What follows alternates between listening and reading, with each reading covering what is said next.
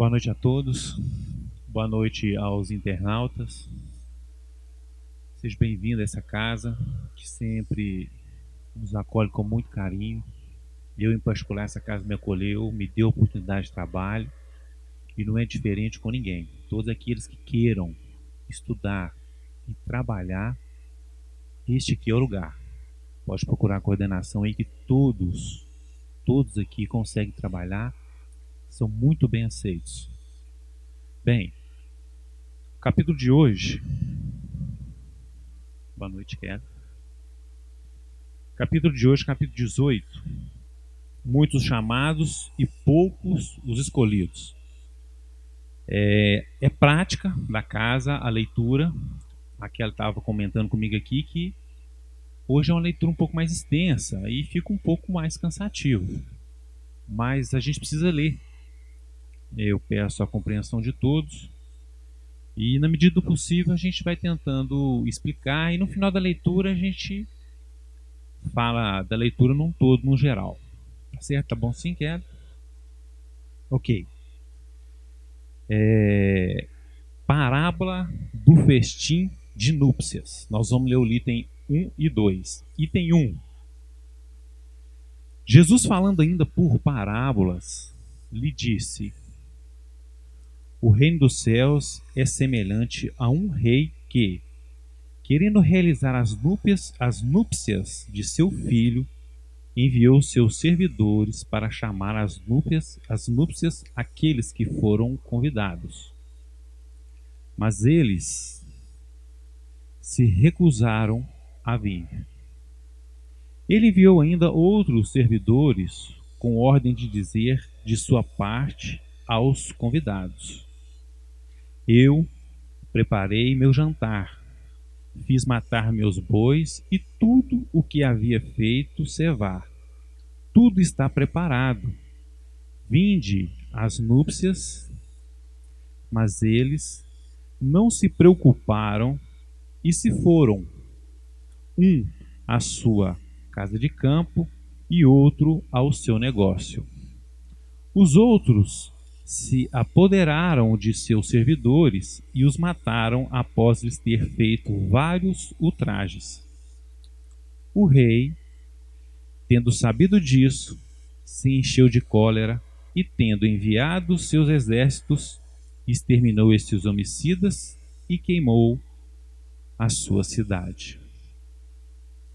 Então ele disse aos seus servidores: o festim de núpcias está todo preparado, mas aqueles que haviam sido chamados dele não foram dignos.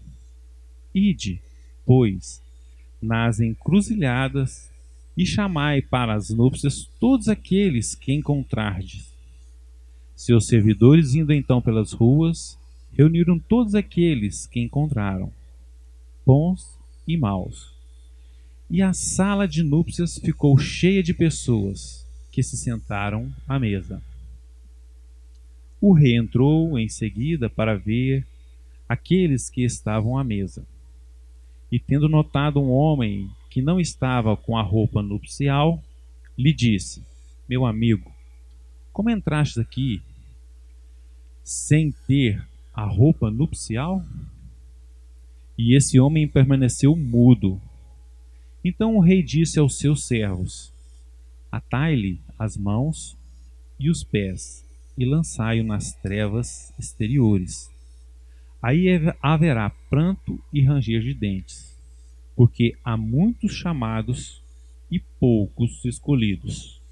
Isso está em Mateus, capítulo 22, versículo de 1 a 14. Bem, agora vem a explicação de Kardec, que Kardec vem trazendo aqui algumas explicações da simbologia da parábola, porque aqui é uma parábola e tem muitos símbolos, muito figurativo. E Kardec vem explicando isso. Como essa linguagem de Kardec foi em 1860, 1870, às vezes fica um pouco carregado também. Aí vem a Kelly, né, e eu vou tentar ajudar a esclarecer um pouco mais o que é essa parábola.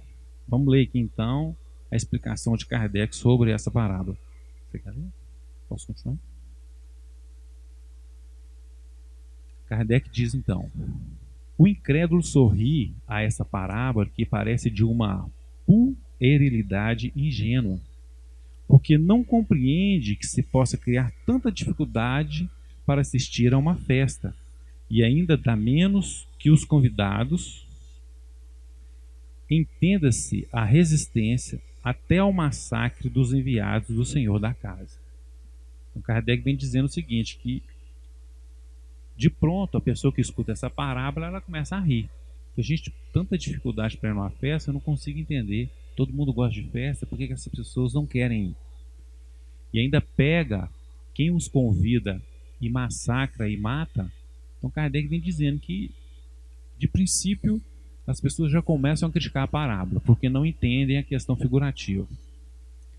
Kardec continua: as parábolas, diz ele, sem dúvida, são figuras, mas ainda é preciso que elas não saiam dos limites do verossímil.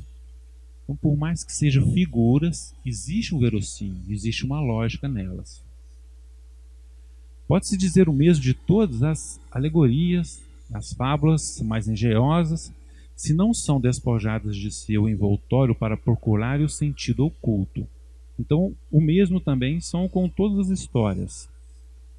A gente precisa tirar dela o conteúdo oculto. Jesus auriu as suas no usos mais vulgares da vida e as adaptou aos costumes e ao caráter do povo a qual falava. A maioria tem por fim fazer penetrar nas massas a ideia da vida espiritual. O seu sentido não parece frequentemente inteligível, senão porque não se parte desse ponto de vista.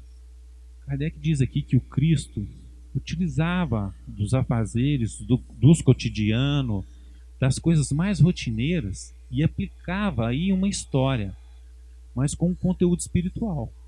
Era por isso que dava às vezes esse sentido um pouco estranho. Mas é Jesus usando aqui uma história, o quê? Uma festa de casamento, que naquela época e para aquele povo era muito comum. E as festas duravam muitos dias, a festa de casamento. Quando a gente vai estudar o Antigo Testamento, a gente não vê um ritual religioso para casamento. A gente vê festas de casamento. Depois, quando for estudar, vocês passam a observar. Então, Jesus utilizou aqui de algo que era muito comum, uma festa de casamento, para estar explicando o que era o reino do céu. Nessa parábola, Jesus compara o reino dos céus, onde tudo é alegria e felicidade, a uma festa. Para os primeiros convidados, fez alusão aos hebreus, que Deus chamou primeiro ao conhecimento da sua lei. Então, houve aqueles servos, na parábola, que foi lá e fez um convite para os primeiros, e eles não ouviram. E Kardec está falando que esses primeiros convidados foram os hebreus. É interessante a gente esclarecer que não foram todos os hebreus que não ouviram, que não aceitaram o convite. Aqui está colocando de uma questão geral. É claro que muitos hebreus entenderam a mensagem dos antigos profetas, compreenderam e praticaram esse chamamento. Portanto, também foram escolhidos. Mas a maioria não ouviram o chamamento desses servos do rei. O rei aqui no caso é o Pai, é Deus. Os enviados do Senhor são os profetas que vieram exortá-los a seguir o caminho da verdadeira felicidade. Mas suas palavras foram pouco escutadas, suas advertências foram menosprezadas. Vários foram mesmo massacrados, como os servidores da parábola. Então Kardec está falando que a maioria dos verdadeiros profetas de fato foram massacrados e não foram ouvidos na sua maioria. Os convidados que se excusam com os cuidados a dar aos seus campos e aos seus negócios são um símbolo das pessoas do mundo que, absorvidas pelas coisas terrestres, são indiferentes quanto às coisas celestes. A parábola que fala, né, que uns foram para as casas de campos e outros para os seus negócios. Kardec fala que são as coisas terrestres.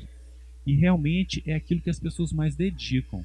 Quando a pessoa não se dedica extremamente ao descanso, que é a casa de campo, que é o lazer, que é o prazer, ela se dedica demais ao negócio, ao trabalho, ao ganho material, ao financeiro. E quando você se dedica demais, tanto no lazer ou no trabalho, você às vezes esquece um pouco da questão religiosa, da questão espiritual. É o que Kardec vem explicando. Era uma crença entre os judeus de então que sua nação deveria adquirir a supremacia sobre todas as outras.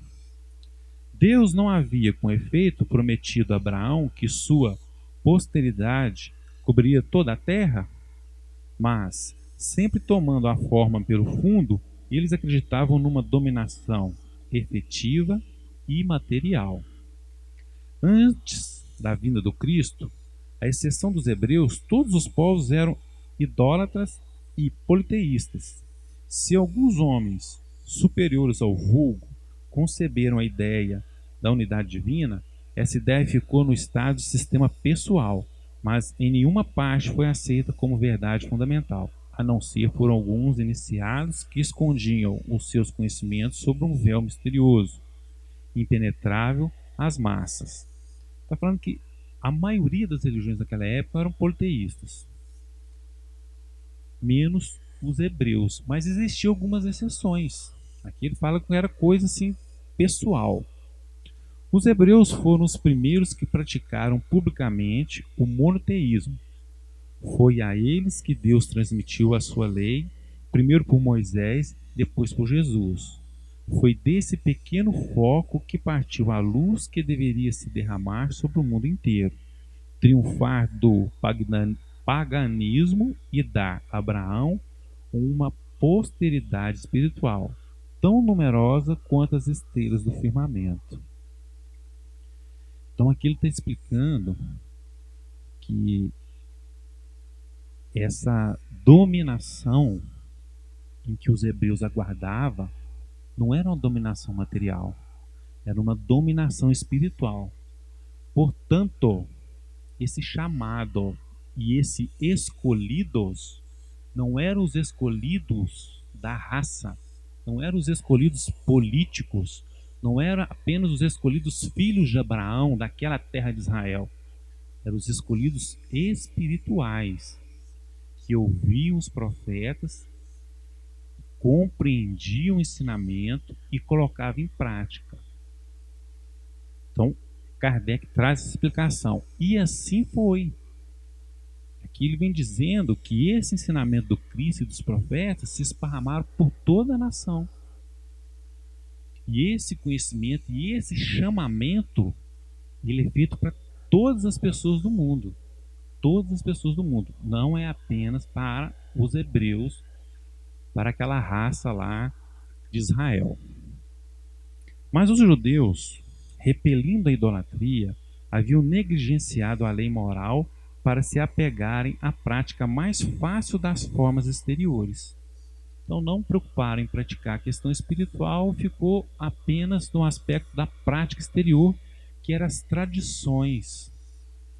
Quando a gente estuda o Antigo Testamento, a gente vê que muitos costumes, muitas tradições, muito ritual, cheio de ritual os judeus. Então, era pouca prática espiritual e muito ritual. O mal chegara ao auge. A nação dominada estava fragmentada pelas facções, dividida pelas seitas. A incredulidade mesmo havia penetrado até no santuário. Então, mesmo com os ensinamentos proféticos, com os ensinamentos do Cristo, houve pouco aproveitamento, que quer dizer que pouco foram escolhidos.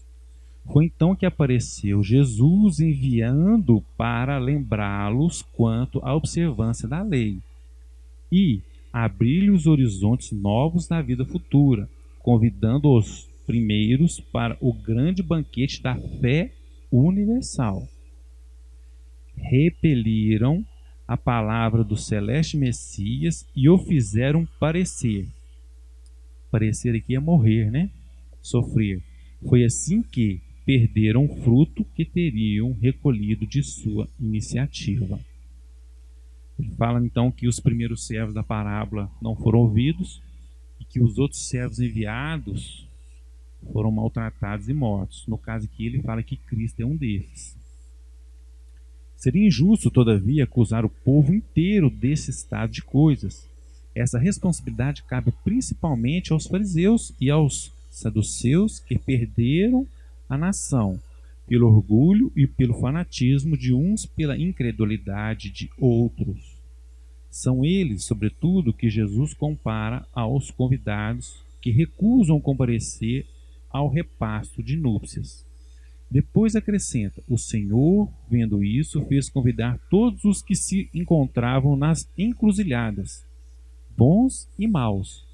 Ele queria dizer com isso que a palavra foi pregada a todos os outros povos, pagãos e idólatras, e que estes, a aceitando, seriam admitidos na festa em lugar dos primeiros convidados. Está falando então que os primeiros convidados que não aceitaram a festa não foram todos. Aqui ele está dizendo aqui o nome dos fariseus e saduceus. Já que eles não aceitaram o convite de vir para o reino do céu, o convite foi estendido a todos. E aqui fala que para aqueles que estavam nas encruzilhadas, sendo bom ou mal. Encruzilhadas são aqueles que ainda não sabem qual caminho percorrer. Se vai para a direita, para a esquerda, para frente ou para trás, sendo bom ou mal. Convide todos para o banquete, porque os saduceus e os fariseus não quiseram. E assim foi feito, o convite se estendeu a toda a humanidade. Acabando, gente, o último parágrafo. Mas não basta ser convidado, não basta levar o nome de cristão, nem se assentar à mesa para tomar parte no celeste banquete. É preciso, antes de tudo, e como condição expressa, estar revestido com a roupa nupcial, quer dizer, ter a pureza de coração e praticar a lei segundo o Espírito. Aqui ele está explicando a questão de muitos os chamados e poucos escolhidos. Muitos foram chamados a sentar no banquete e alguns foram expulsos. Porque ele fala que não basta ser chamado, é preciso que tenha a roupa nupcial, que significa o Espírito iluminado. Ora, essa lei está inteiramente nessas palavras: fora da caridade não há salvação. Mas entre todos aqueles que ouvem a palavra divina, qual poucos hão que guardam e a praticam? Qual poucos se tornam dignos de entrar no reino dos céus? Por isso Jesus disse: haverá muitos chamados e poucos escolhidos.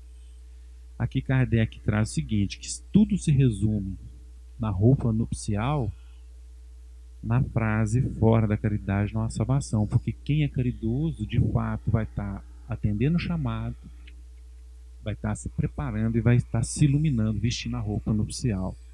Ele traz essa frase para simplificar, né? Tem gente que vai colocando muita regra. Como que eu preciso viver, me alimentar, vestir, estudar o que para ser iluminado? Kardec simplifica: caridade. Claro que isso pode ser mais explorado, claro, né? Mas ele simplifica para poder compreender e estender a todas as pessoas, simples e ignorantes, mal ou bons, todos que estão nas encruzilhadas. Comentar aqui, ó. Uma boa noite. Uma boa noite a todos. Boa noite aos internautas também. Essa leitura é muito bacana, né? É grande, mas esse item 2 aqui realmente é a explicação dessa parábola, né? Que é o festim de núpcias. E essa leitura traz um conforto para a gente e ao mesmo tempo um puxão de orelha, né? Tudo. Porque essa festa a gente é convidada a todo instante para ela, né? Que essa festa significa os ensinamentos dele, né? Que vai nos levar a essa felicidade, vai nos levar a uma tranquilidade e que faz parte também do nosso processo evolutivo, Porque nós não estamos aqui a passeio. Apesar de nós passearmos, né? Nós não estamos aqui a passeio. Nós temos provas, nós temos expiações, nós temos missões, né? Como Jesus teve a dele, que foi tão importante, de vir, de tentar passar para a gente aquele exemplo, né? Que ele nos passou e que a gente tenta entender até hoje, né? Há mais de 2000 anos atrás, nós estamos aqui engatinhando para tentar entender o que foi que ele deixou. E esse caminho que ele nos deixou, às vezes a impressão que a gente tem é que está muito longe, né? E que realmente está longe mesmo da nossa condição hoje. Mas nós temos que dar o primeiro passo, né? Para estar vestido dessa forma que ele está falando aqui, né? Ele cita aqui que uma certa hora, né? Entrou e um cidadão sem estar vestido com a roupa nupcial. E que roupa que seria essa, né? Ele dá a explicação aqui embaixo, que é realmente a pureza de coração, praticando a lei segundo o Espírito. Então, se a gente for parar para pensar, né, isso aqui é mais que atual para a gente hoje. A correria, às vezes, que a gente apronta, né, nós esquecemos do nosso lado espiritual. Nós nos preocupamos muito com o compromisso, com coisas que nós temos que desenvolver, que faz parte também do nosso processo aqui, que é natural, né? Mas nós estamos deixando, às vezes, a desejar o nosso lado espiritual, que ele também precisa desse alimento, né? Ele precisa dessa veste para poder caminhar. Então, na hora que ele fala aqui, ó, ele falou que, quer ver? Deixa eu achar aqui. Que teve os convites, né? Foram convidando as pessoas, então um tinha que cuidar do campo, o outro tinha que cuidar dos negócios. Então quer dizer, não posso, né? Eu não posso agora, porque eu tenho que fazer isso, eu tenho que fazer aquilo. Somos nós, gente. Essa leitura aqui somos nós, né?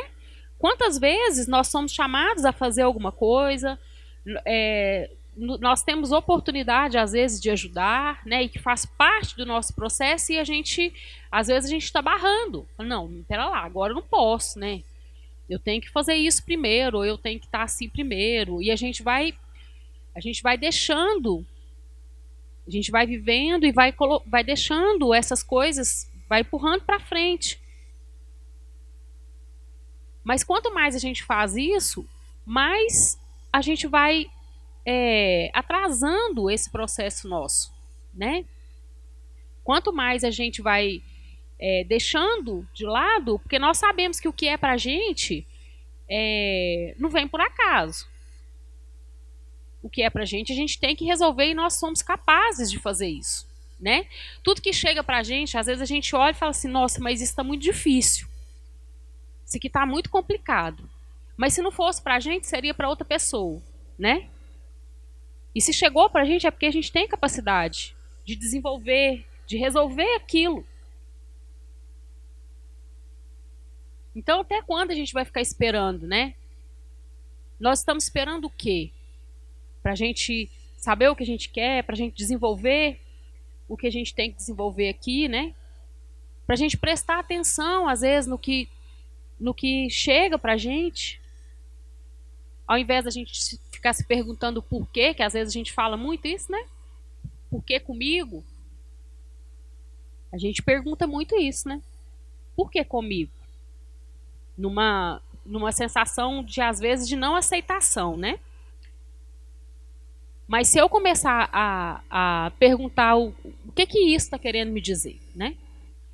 O que isso está querendo me ensinar hoje?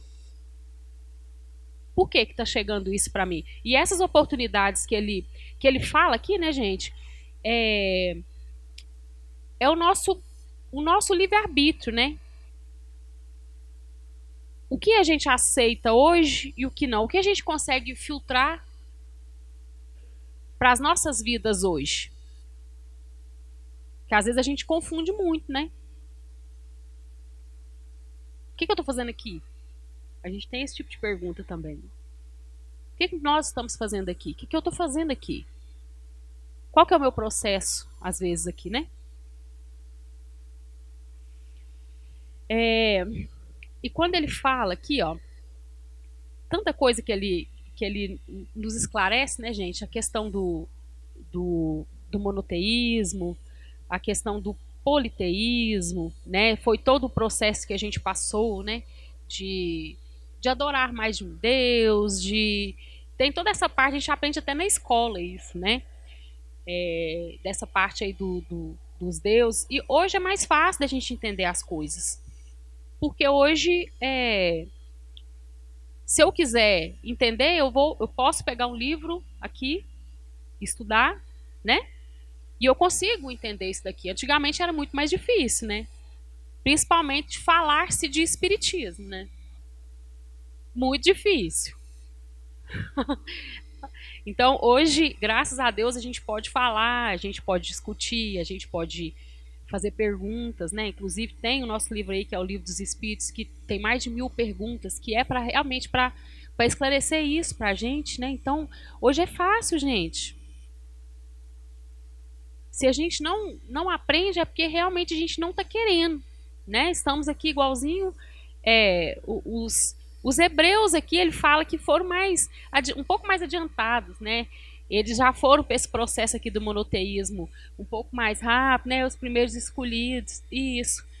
Então, eles foram um pouco mais espertos. E hoje também a gente funciona assim, né? Às vezes a gente escuta umas ideias diferentes, fala, não, mas espera aí, o que será que eu quero, né? Até mesmo questão de religiões, gente. Ele fala aqui também, né, do processo religioso. Se a gente for parar para pensar, a essência deveria ser uma só. Quem dividiu isso tudo fomos nós, né? O homem que dividiu. Fulano, fulano participa do espiritismo. Aí tem a católica, tem quando ele veio, né? Quando Jesus veio, não foi ele que fez essa divisão, né? Quem fez essa divisão fomos nós. Interessante, ok, te interrompendo rapidinho. Tem uma passagem do Cristo que algumas pessoas ficam por entender que é uma mulher pedindo socorro. Só que ela não era da raça. E ele fala assim, eu não me lembro a resposta, mas eu sei que ele nega, não é o momento, eu não sei qual é a resposta dele, faz muito tempo que eu não levo a parábola. E a mulher fala assim, até os cães comem os farelos que caem da mesa, do banquete. E o Senhor teve compaixão e atendeu o pedido dela. A gente fica vendo, por que o Cristo não queria atender os que não eram da raça? Aqui a gente vê que os primeiros convidados para o banquete eram os hebreus, mas que viria um convite a ser estendidos a todos. Aí você vê a importância do trabalho de Paulo, que Paulo estendeu a todos os gentios que não eram da raça, que não eram hebreus. E Paulo teve toda uma dificuldade de trabalho porque fez isso. Então Cristo foi crucificado aos 33 anos. Se ele estendesse também o ensinamento para o gentil, ele seria crucificado no primeiro dia.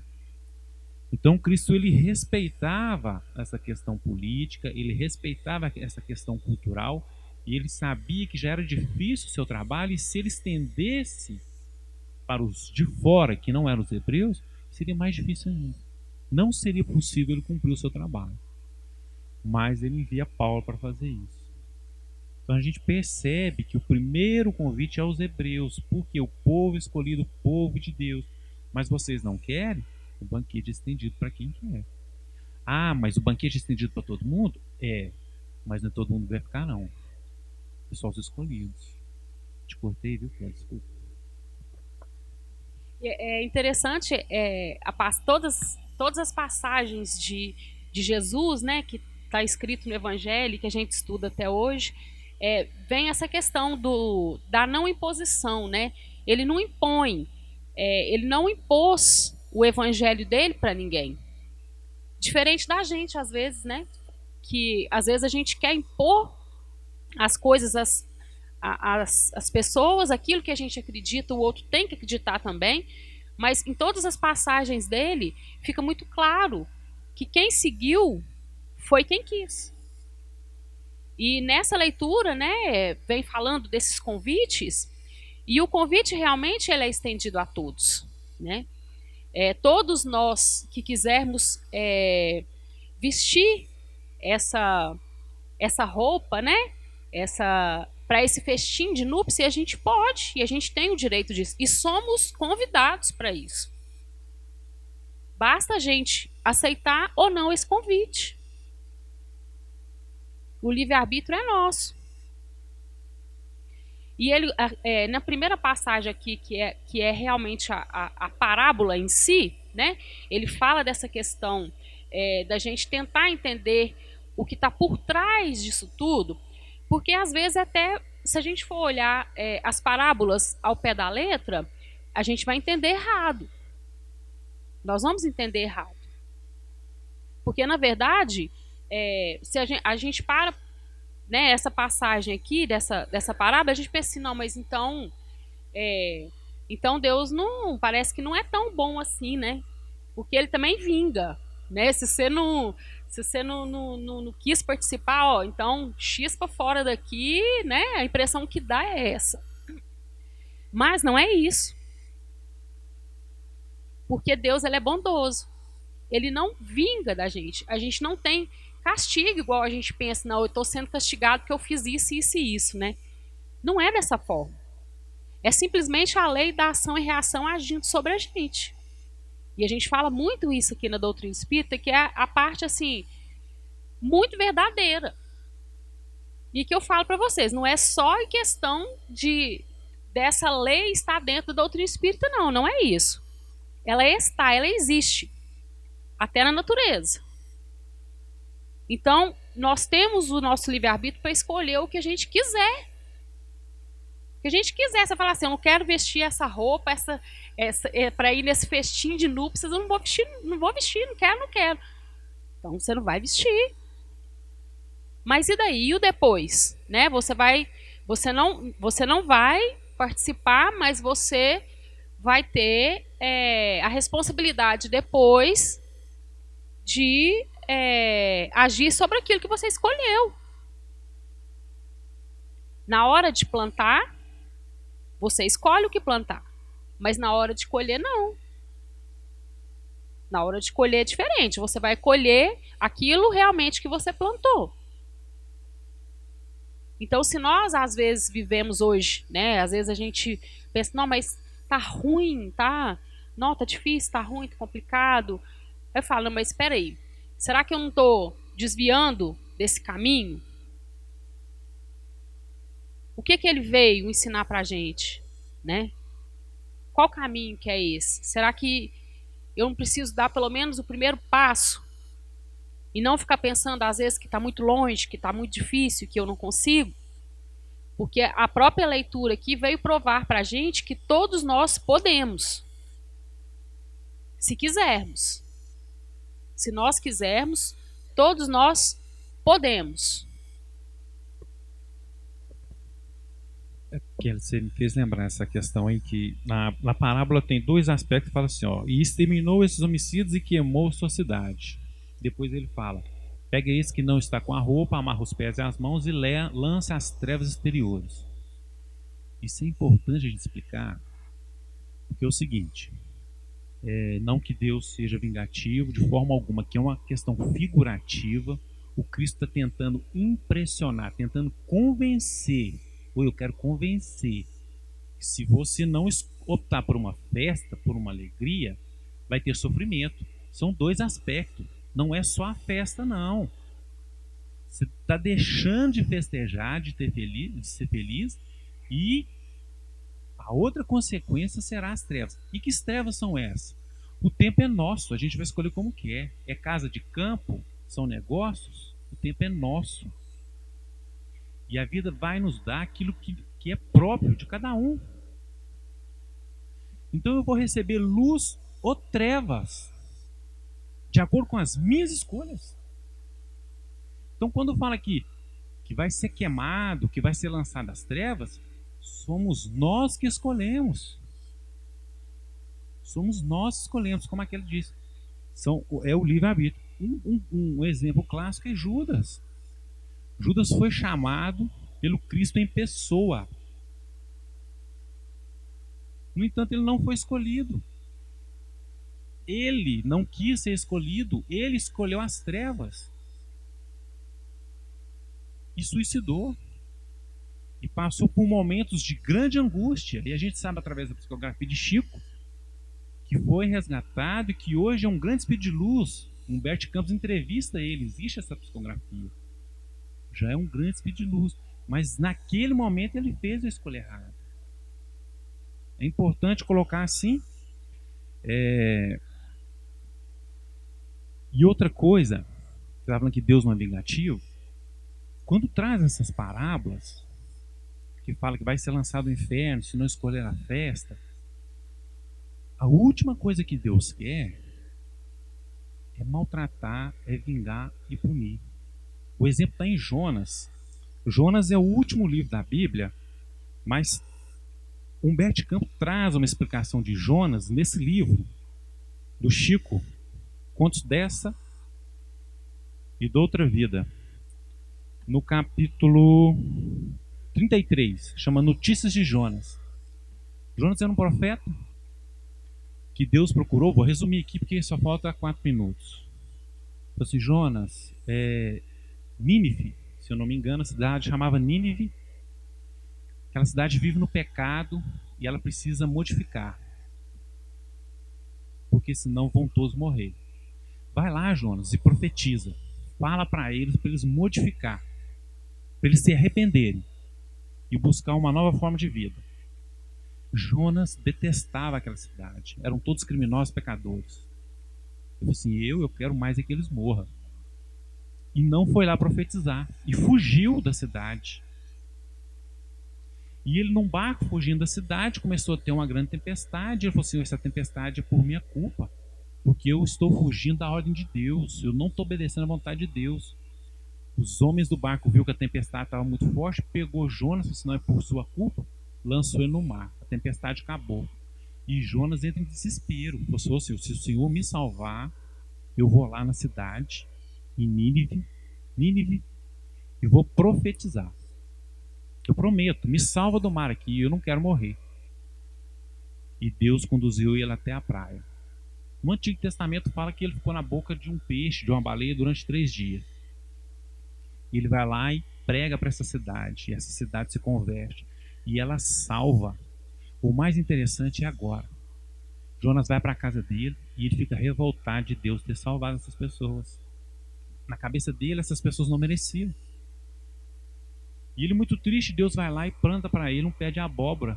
Eu já contei essa história aqui, num dessas palestras, desses estudos. E esse pé de abóbora cresceu em cima da casa dele, deu uma sombra maravilhosa, e ele ficou cheio de paixão, porque onde ele ficava lá era só sol, um agreste. E a alegria da vida dele era aquele pé de abóbora. Um rato foi lá, comeu as raízes e matou o pé. Aí ele ficou novamente revoltado com Deus e xingou, porque o pé de abóbora era minha paixão, era minha vida, era tudo que eu tinha, por que morreu? E Deus aparece para ele e fala assim, Jonas, você está sofrendo e chorando por um pé de abóbora, por uma planta que você não construiu, que você não participou da sua formação, e me chama de covarde por poupar a vida dos meus filhos. São mais de 120 mil pessoas, aqueles que eu conheço pelo nome, aqueles que eu criei um por um. Você me chama de covarde, Jonas. Então olha para você ver o ensinamento. Deus não quer lançar ninguém no inferno, Deus não quer queimar ninguém, Deus não quer punir ninguém. Quando ele traz uma parábola dessa, e traz algumas expressões figurativas para impressionar, é porque ele tá desesperado, ele está chorando. Por favor, escuta o meu chamado, modifica. Eu tenho uma festa para te oferecer. Aqui é só alegria. Só que nós, que não estamos indo na festa, a gente não compreende o quanto é grande a alegria. Nós somos muito ignorantes. Essa semana eu conversei com um amigo, ele veio me agradecer por ter apresentado ele as obras, o espiritismo, porque ele modificou a sua vida. E ele vivia assim, nas festas, no álcool, consumindo dinheiro, muita mulher e muita ostentação. Eu falei assim, hoje ele é um marido digno, um pai de família exemplar, um profissional excepcional, um homem de uma conduta exemplar. E eu perguntei para ele, falei assim, amigo, hoje você é mais feliz do que antes? Ele, muito mais.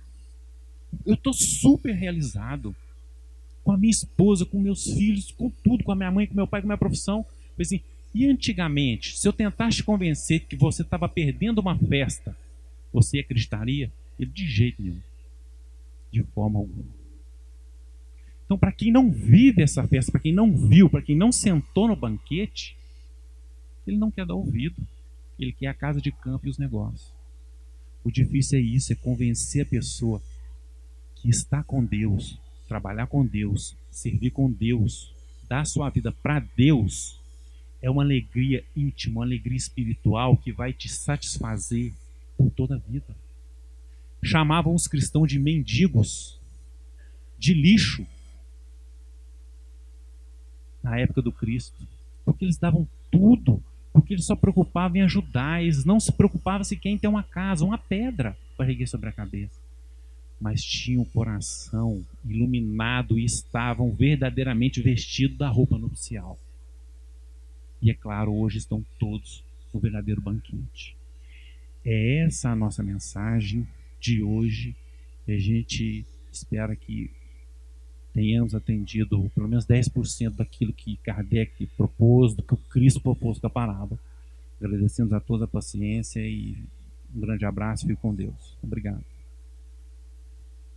Uma boa noite a todos e até uma próxima oportunidade de estar aqui de novo, estudando e aprendendo, né? Todos nós juntos.